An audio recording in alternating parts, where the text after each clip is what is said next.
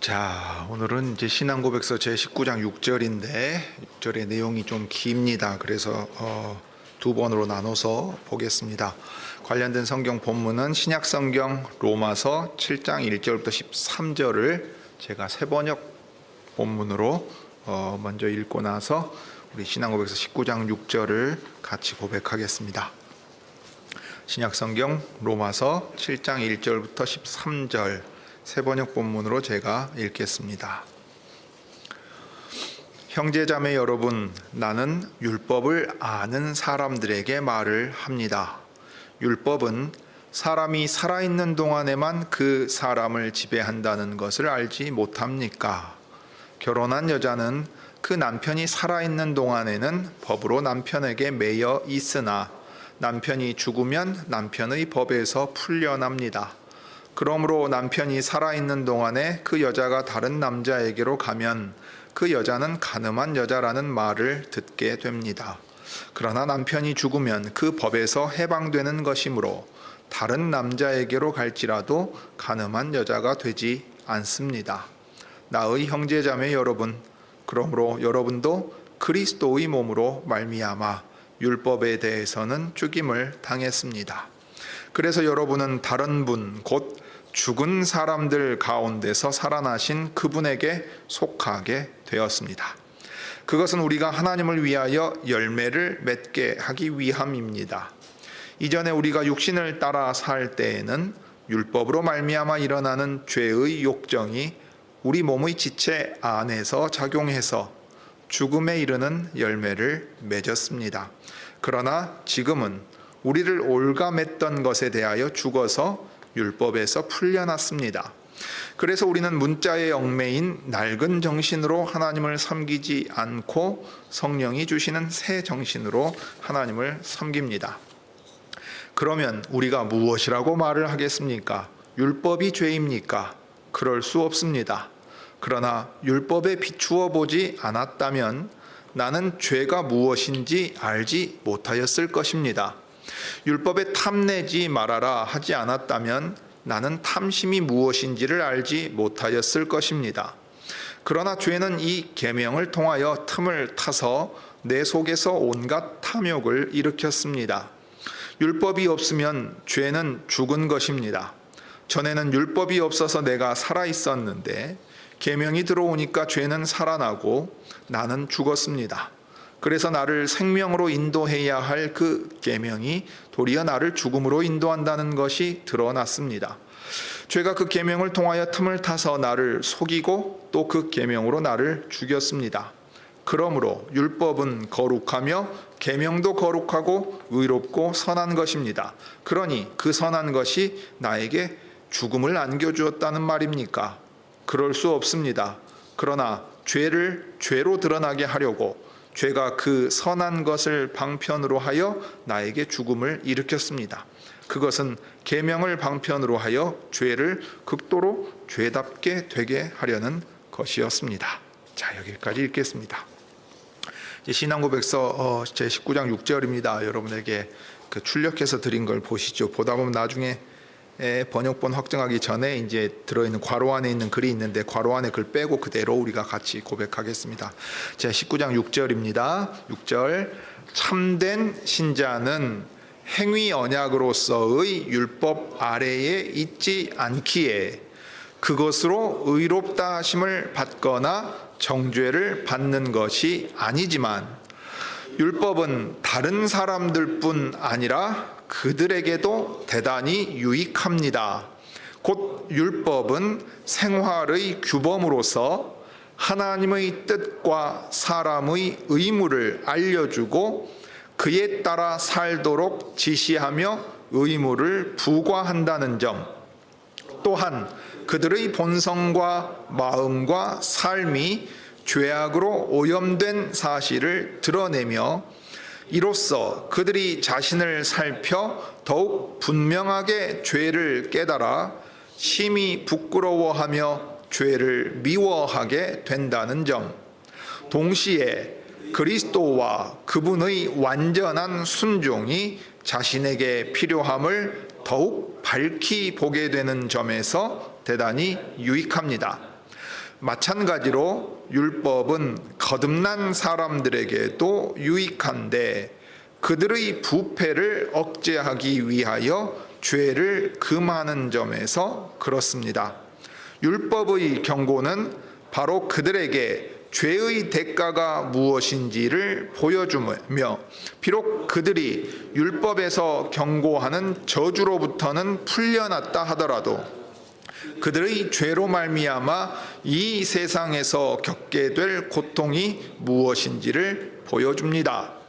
동일한 방식으로 율법의 약속들은 하나님께서 그들의 순종을 인정하신다는 사실을 보여주며 비록 행위 언약으로서의 율법으로 말미암아 그들이 복 받을 자격이 주어지는 것은 아닐지라도 그들이 율법을 행함으로써 기대할 수 있는 복이 무엇인지를 보여줍니다.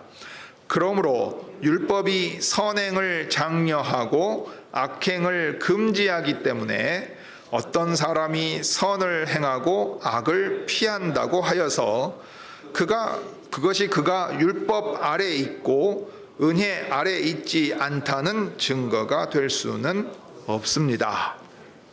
꽤 길지요?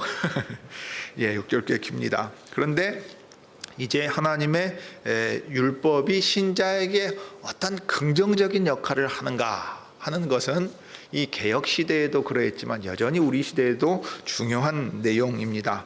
그래서 오늘 이제 볼 내용은 참된 신자와 거듭난 사람들에게 이 율법은 대단히 유익하다는 점, 그렇다면 어떤 점에서 유익하냐 하는 것을 이제 보려고 합니다. 자, 앞에서 이제 율법을 몇 가지로 구분해서 설명을 했는데 이제 제 6절에 오면 그 중에서 오직 도덕법과 관련해서 계속해서 효력을 가지고 있는 도덕법과 관련해서 율법이 우리에게 대단히 유익하다 하는 점을 세 가지로 이야기하고 있습니다. 그런데 이 유익을 말하기 전에 먼저 서론격으로 참된 신자에게는 율법이 자기를 의롭게 하거나 유죄 선언하는, 정죄하는 도구가 될 수 없다는 점을 먼저 분명히 짚고 넘어갑니다. 그러니까 의롭다 하신 사람들에게는 더 이상 율법의 정죄가 없다. 로마서의 이 선언을 분명하게 다시금 확인하고 가는 겁니다. 갈라디아서 2장 16절에도 나오고 우리가 사도행전을 볼 때 이 갈라디아 지방과 그 이후에 선교 사역을 하던 바울이 강조했던 내용이 있지요. 사람이 의롭게 되는 것은 율법의 행위에서 난 것이 아니요, 즉 모세의 율법을 지켜서 의롭다 인정받는 것이 아니요, 오직 예수 그리스도를 믿음으로 말미암기 때문에 이방인도 하나님의 백성으로 받으신다 하고 선언했습니다. 로마서 6장 14절에 보면 이는 너희가 법 아래 있지 아니하고 라는 말로 바울이 선언한 얘기이기도 합니다. 이것을 교회 역사 초기부터 분명해 왔습니다. 분명하게 선언해 왔습니다. 바울이 갈라디아 교인들에게 방금 읽은 것처럼 말했지요. 때때로 우리는 살아가면서 성취하는 작은 일들을 자신의 자랑거리로 삼고 심지어 으스대기도 합니다. 그렇지만 바울은 우리에게 이렇게 말합니다. 우리도 그리스도 예수를 믿나니 이는 우리가 율법의 행위에서가 아니고 그리스도를 믿음으로써 의롭다함을 얻으려 함이라. 율법의 행위로서는 의롭다함을 얻을 육체가 없느니라. 율법 아래에서 자랑하려면 내가 이것을 행해서 이루었다 하고 말해야 돼요. 그런데 율법 아래서 이룰 수 있는 것은 없고 도리어 정죄 아래 있을 수밖에 없다 하는 것을 우리가 봅니다. 그렇지만 성경은 만일 우리가 예수께 속하여 있으면 율법이 더 이상 우리를 정죄하지 않는다 하는 점에 대해서도 똑같이 분명하게 말합니다. 가끔은 우리 죄가 너무 커서 시야가 흐려진 나머지 더 이상 진리를 선명하게 보지 못할 때도 있습니다. 특별히 신자가 그 유혹과 시험에 빠져서 아주 어두운 시기를 지날 때 하나님께서 그리스도 안에서 우리를 의롭다 하셨다 하는 사실을 믿지 못하거나 붙잡지 못하는 일들을 많이 경험하게 됩니다. 그런 상황에서는 멈춰서서 하나님의 말씀에 귀 기울일 필요가 있습니다. 왜냐하면 성경에 게시된 진리의 말씀은 복음의 메시지를 거듭해서 우리 귀에 들려주기 때문입니다. 예를 들어 그리스도께서 우리를 위하여 저주를 받은 바 되사 율법의 저주에서 우리를 속량하셨으니 라든가 하나님께서 그 아들을 보내사 여자에게서 나게 하시고 율법 아래 나게 하신 것은 율법 아래 있는 자들을 속량하게 하려 하심이라. 이 바울이 갈라디아서 3장과 4장에서 이야기하는 바인데요. 이런 구절들, 그리고 로마서 8장 1절처럼 그러므로 이제 그리스도 예수 안에 있는 자에게는 결코 정죄함이 없나니, 같은 구절들에 우리가 귀 기울일 필요가 있습니다. 율법에 순종한다고 해서 우리가 결코 자유를 얻지 못하던 모든 일에서 그리스도를 향한 믿음이 우리를 자유롭게 해 주었습니다. 그리스도를 믿음으로써 그리스도께서 우리를 해방시켜 주신 것이죠. 그래서 바울이 말한 대로 우리는 율법 아래, 누구 아래에 있다 하는 말은 누구의 다스림 아래에 있다는 말입니다. 그래서 본디오 빌라도 아래라는 말은 본디오 빌라도가 총독으로 통치할 때에라는 말이죠. 사도신조에서 말하는 바입니다. 율법 아래라는 말은 율법이 왕노릇하는 거예요. 왜냐? 죄인들이기 때문에 율법의 저주로 그들이 매여 있었던 겁니다. 그래서 바울이 말한 대로 우리가 율법 아래에 있지 않고 신앙고백서에서도 우리가 율법 아래 놓인 것이 아니며 율법이 우리에게 행위 언약의 자리를 차지하고 있는 것도 아니라고 거듭 말합니다. 행위 언약으로서의 율법 아래 있지 않다 하는 거예요. 그러니까 우리가 첫사람 아담과 하와가 시험받을 때의 자리에 있는 게 아니라 어디에 있습니까?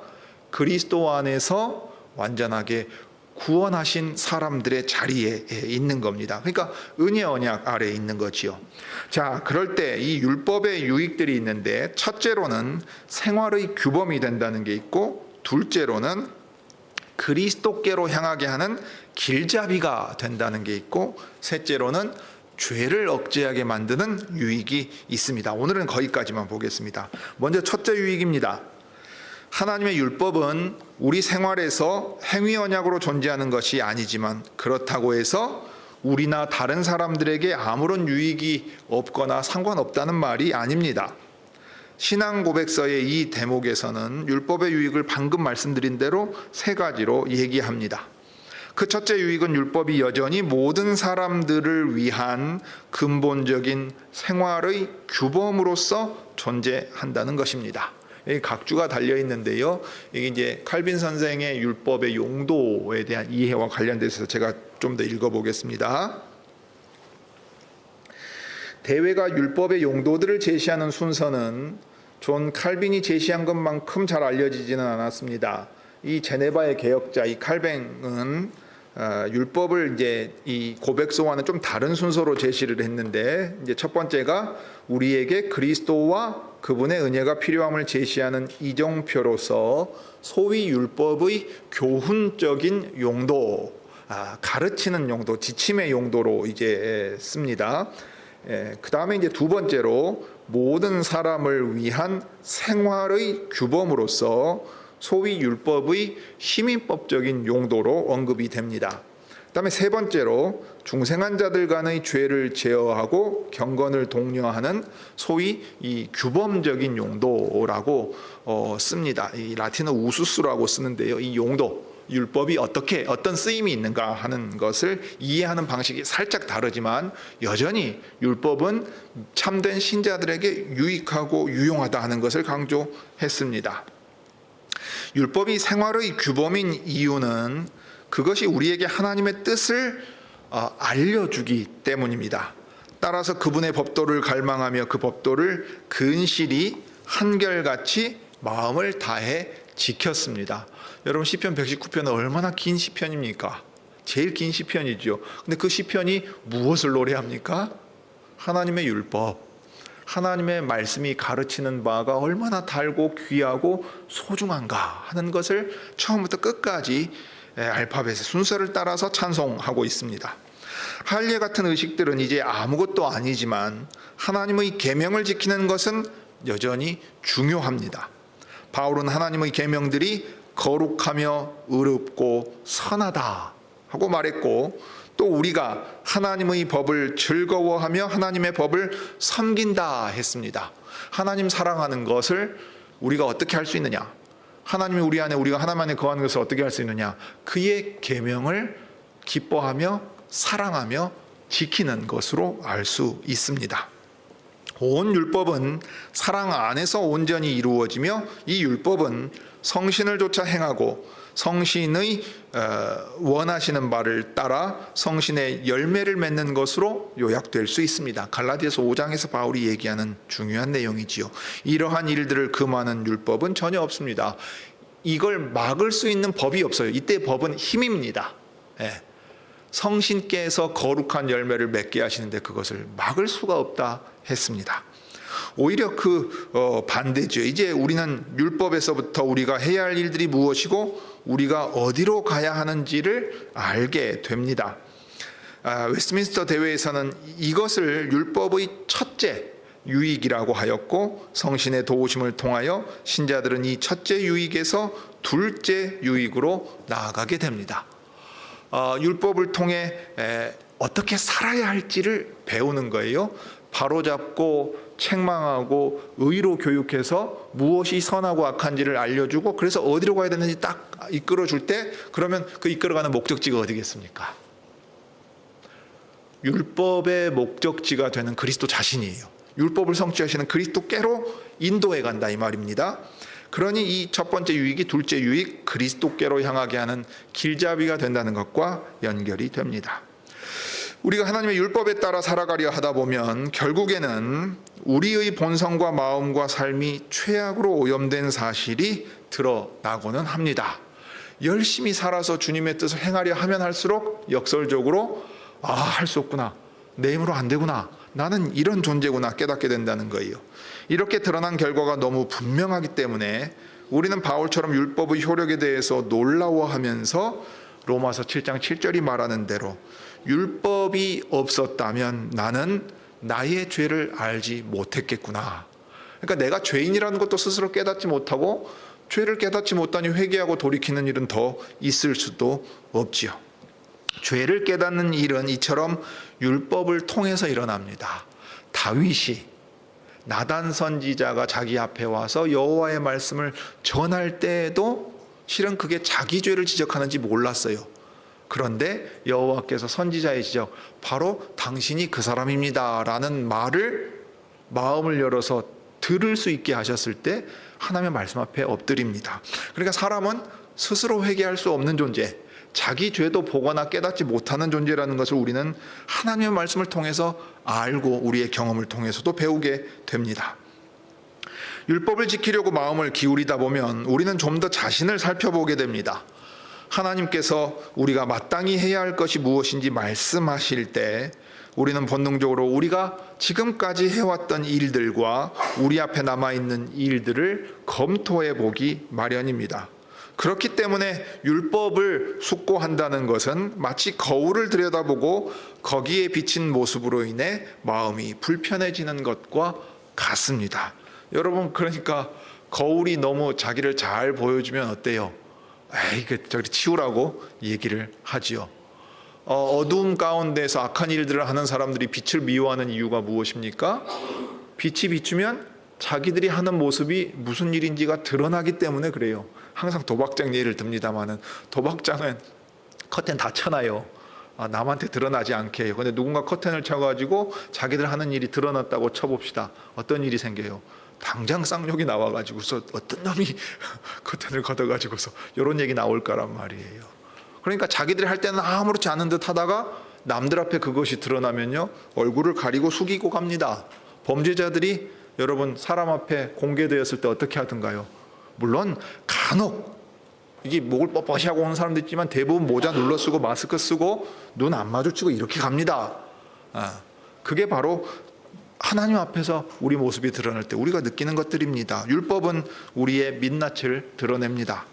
우리가 전에 법을 깨닫지 못할 때는 활발하게 지내면서 잘 살았지만 계명은 계명이 우리에게 온 이후로 죄가 살아나고 정작 우리 자신은 죽어 있다는 사실을 우리는 발견하고 또 직면하게 됩니다.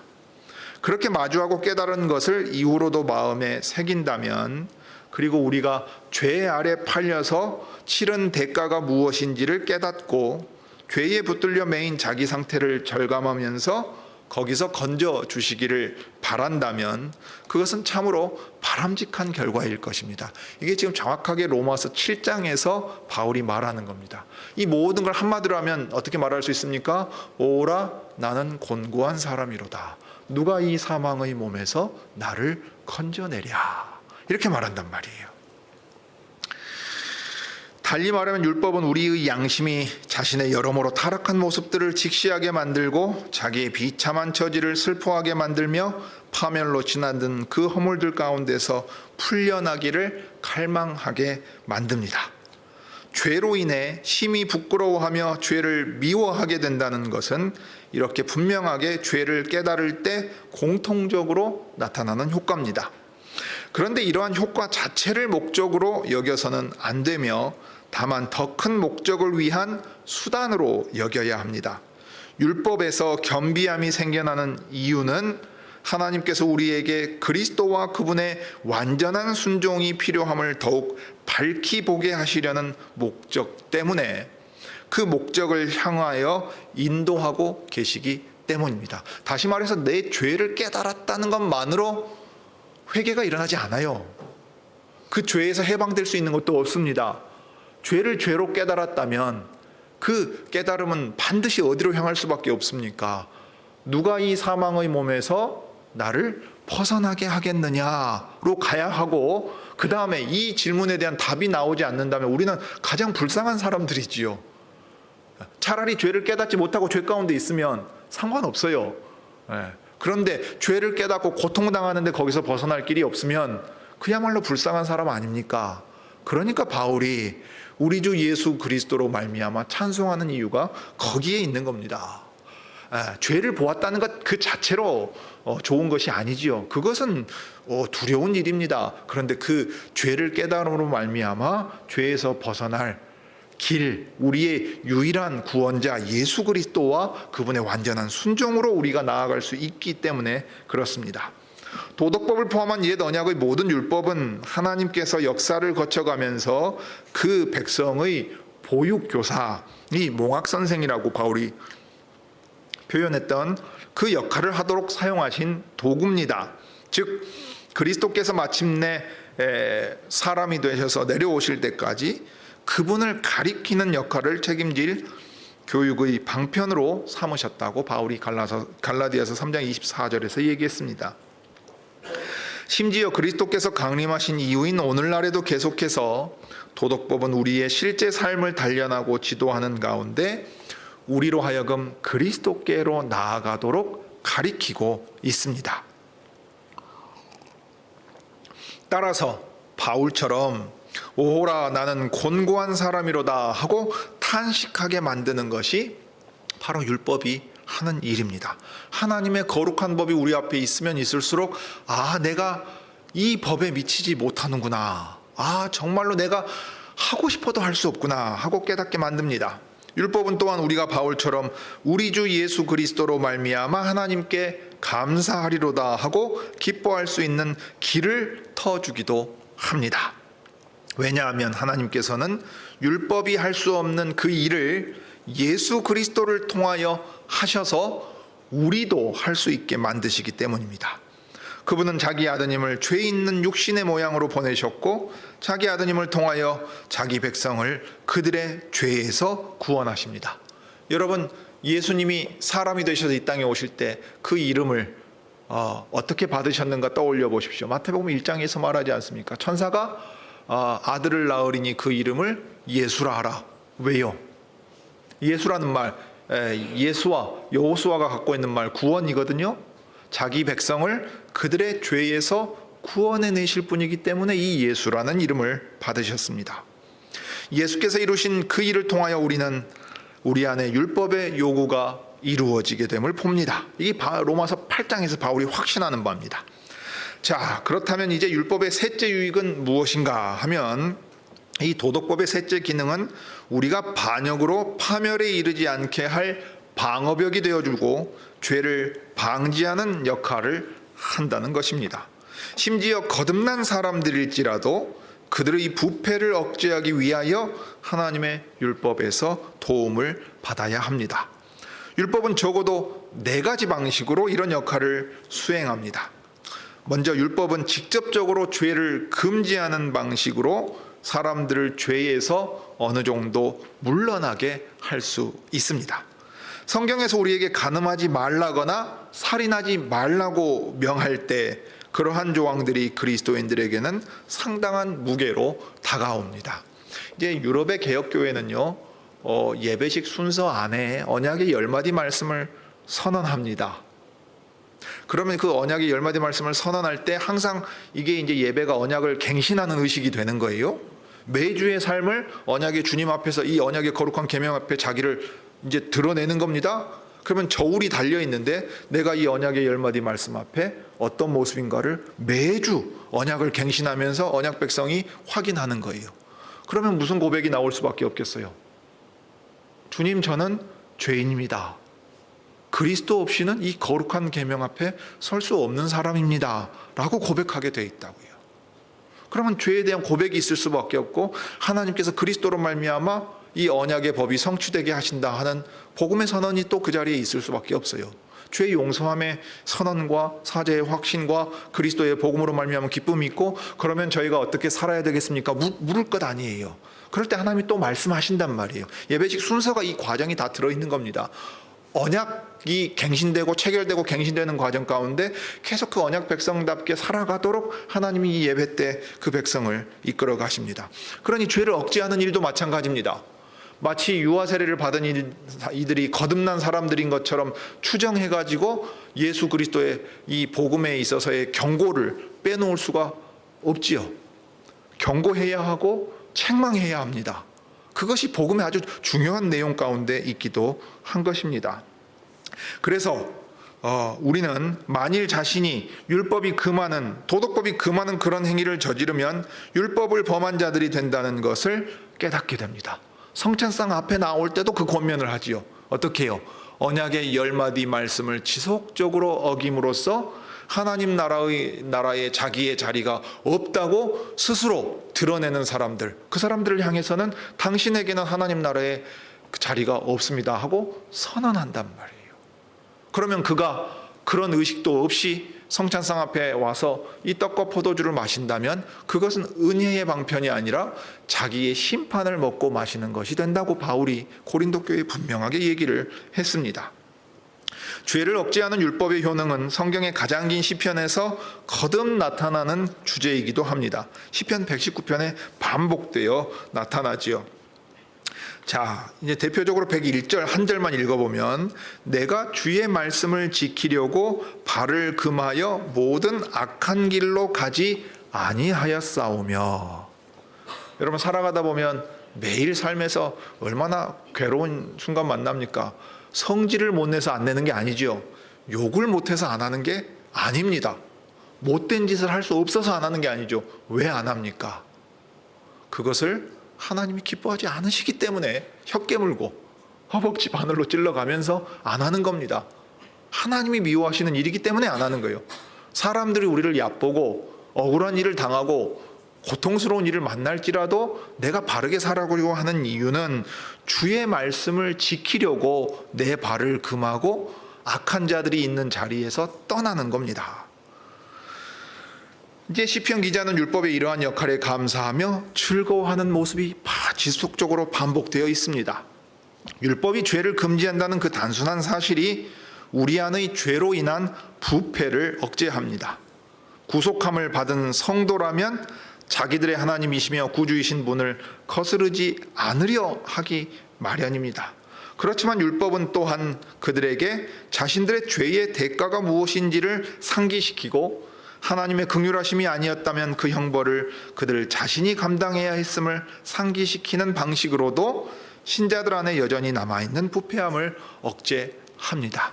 죄를 짓지 않아서가 아니라 죄를 깨닫게 해서 돌이키게 만들고, 그래서 하나님의 진노에서 피하고 하나님의 영원한 심판이 임하는 게 아니라 순간의 징계라는 것을 깨닫게 만듭니다. 우리가 받아야 했던 형벌을 하나님의 놀라운 은혜로 피하게 되었다는 사실을 우리가 깨닫는다면 하늘에 계신 우리 아버지를 거스르는 일을 하나도 하지 않으려는 매우 강력한 동기를 우리 마음에 품게 되고 그렇게 살아갈 수 있는 힘을 달라고 간절히 기도하게 됩니다. 에스라는 이스라엘 백성을 대표하여 기도하고 고백할 때 하나님께서 내리신 형벌이 우리의 죄악에 비해 가벼운 것이었다 말했습니다. 여러분, 에스라 지금 10장까지 낭독했잖아요. 어떤 죄를 범했습니까? 언약을 파기했던 죄를 저질러 포로로 끌려갔다 돌아왔는데도 하나님이 그때 심판하셨던 죄를 다시금 짓는 거예요. 심지어 제사장들과 이스라엘의 지도자들이 앞장서서요. 이방 여인과 혼인해서 이방의 풍속을 그대로 쫓아가서 이스라엘의 거룩함을 버려버렸다 이 말입니다. 그렇게 말할 때 에스라는 이렇게 말할 수 있지 않겠어요? 너희가 라면서 손가락질할 수 있겠죠. 에스라는 그렇게 하지 않았거든요. 학사 에스라는 그렇게 하지 않았습니다. 그러나 하나님 앞에 죄를 고백할 때 이스라엘의 지도자 학사 에스라는 어떻게 말합니까? 우리의 죄라고 말합니다. 여러분, 이사야서를 읽어보십시오. 우리 수요기도 때 이사야서 다 봤는데 이사야 선지자가 하나님을 대신해서 백성의 죄를 지적할 때는 너희의 죄가 이러하다고 맹렬하게 지적합니다. 그런데 백성을 대표해서 여호와 앞에 나갈 때는 뭐라고 기도하는지 아십니까? 우리라고 말해요. 우리라고 말한다고요. 부정한 사람들 가운데 있기 때문에 자기도 부정하다고 말해요. 이사야를 부르실 때 이사야서 6장을 보십시오. 그래서 핀 수치로 그의 입술을 정결하게 만든 뒤에 하나님의 말씀을 전하게 하십니다. 이게 하나님의 백성의 자세예요. 나는 그렇게 안 했기 때문에 다른 사람을 향해서 손가락질하는 게 아니라 우리의 죄라고 말합니다. 그리고 우리의 죄로 말미암은 심판과 징계가 두렵다 하는 사실을 깨닫고 돌이키게 만듭니다. 자기만 돌이킬 뿐만 아니라 형제 자매의 죄에 대하여서도 돌이키도록 권합니다. 이런 사실 때문에 자신이 더욱 힘을 내어 그 어떤 죄도 짓지 않으려 힘쓰게 되었다고 에스라 9장에서 에스라가 말하고 있습니다. 정작 죄를 짓는 사람은 두려워 떨지 않는데요, 죄 짓는 사람의 모습을 보면 그 주변 사람이 두려워 떱니다. 저렇게 하면 안 되는데. 우리 시대의 교회의 부패와 타락을 볼 때 우리는 저 교회와 다릅니다 하고 하나님 앞에 나서겠습니까? 그럼 바리새인의 기도를 드리는 거겠죠. 세리와 같은 마음으로 탄식하면서 가슴을 치면서 주님, 우리 시대의 교회를 불쌍히 여겨주십시오. 우리도 저들과 다른 것이 무엇이 있겠습니까? 라고 말한단 말이에요. 최근에도 어떤 한 목사님 얘기를 들었어요. 대전에서 참 바르게 목회하려는 교회의 목사예요. 잘 개인적으로도 압니다. 제 선생과 같이 공부했던 이이기도 해요. 그런데 그이가 우리 자매교회와 우리가 했던 실수를 똑같이 하는 거예요. 너무 바르게 해보려고 엄격해지는 거예요. 그런데 그 안에 뭐가 싹트냐면 우리는 다른 교회와 다르다는 교만이 자기도 모르게 싹튼다는 사실을 놓쳐버렸어요. 바깥에서 손님으로 간 교회는 그걸 보고 느끼는 거예요. 나 같은 사람을 받아주려고 하지 않는 모습에서 우리는 이 정도 가지고는 안 받습니다. 우리 교인들은 이 정도는 돼야 됩니다가 되어 있다는 걸 느끼는 거예요. 대단히 안타까웠어요. 여러분, 우리 자매교회와 우리 노예 안의 일도요, 아직 풀지 못한 문제가 있어요. 우리가 어디서 미끄러졌는지를 우리 스스로 공적으로 고백하고 이 일에 회복하려고 하는 모습을 여전히 우리는 부족함이 많아요. 그런데 그 모습을 보면서 우리는 하나님 앞에 이토록 바르게 가려고 한다는 자부심이 생긴다. 이 자부심이 자만의 반대말입니다. 뒤집어서 같이 있는 말이에요. 이게 교만이에요. 하나님 앞에 바르게 하고 있다는 그 모습이 바로 우리의 교만이 되는 걸 놓치는 얘기를 들었어요. 대단히 안타까워요. 우리가 그러합니다. 율법 앞에 바르게 서 있고 바르게 해왔습니다 하나님 하고 자랑하는 그 순간 선 줄 알고 넘어지는 사람들이 바로 우리들입니다. 계속해서 하나님의 말씀을 들어야 하고 죄가 우리의 이 완고한 마음과 우리의 교만과 자만을 틈타서 바르게 하고 있기 때문에 우리 안에 교명이 들어오는 일들에 대해서도 우리가 깨어 있어야 되겠다 이 말입니다. 죄에 대하여 탄식하고 하나님 앞에 돌이키고 하나님이 우리에게 은혜를 주셨다면 다시금 언제나 하나님의 말씀 앞에 비추어 우리를 돌아볼 수 있기를 바랍니다. 그 일의 율법이 대단히 유익합니다. 구약의 말씀이든 신약의 말씀이든 우리에게 매우 매우 유익해서 언제나 그 말씀이 우리를 비추어 주십니다. 오늘은 여기까지 보시죠. 다음번에 48쪽 중간 부분 마지막 단락부터 이어서 우리가 보도록 하겠습니다. 기도하시지요. 거룩하신 하나님, 우리 아버지, 거룩하신 하나님께서 거룩한 법을 내셔서 그리스도 안에서 죄인들로 정결하게 하시며 또 거룩하게 만들어 가십니다. 성령께서 이 말씀을 쓰셔서 우리를 새롭게 만드셨고 새로운 피조물답게 새로운 길로 걸어가게 하십니다.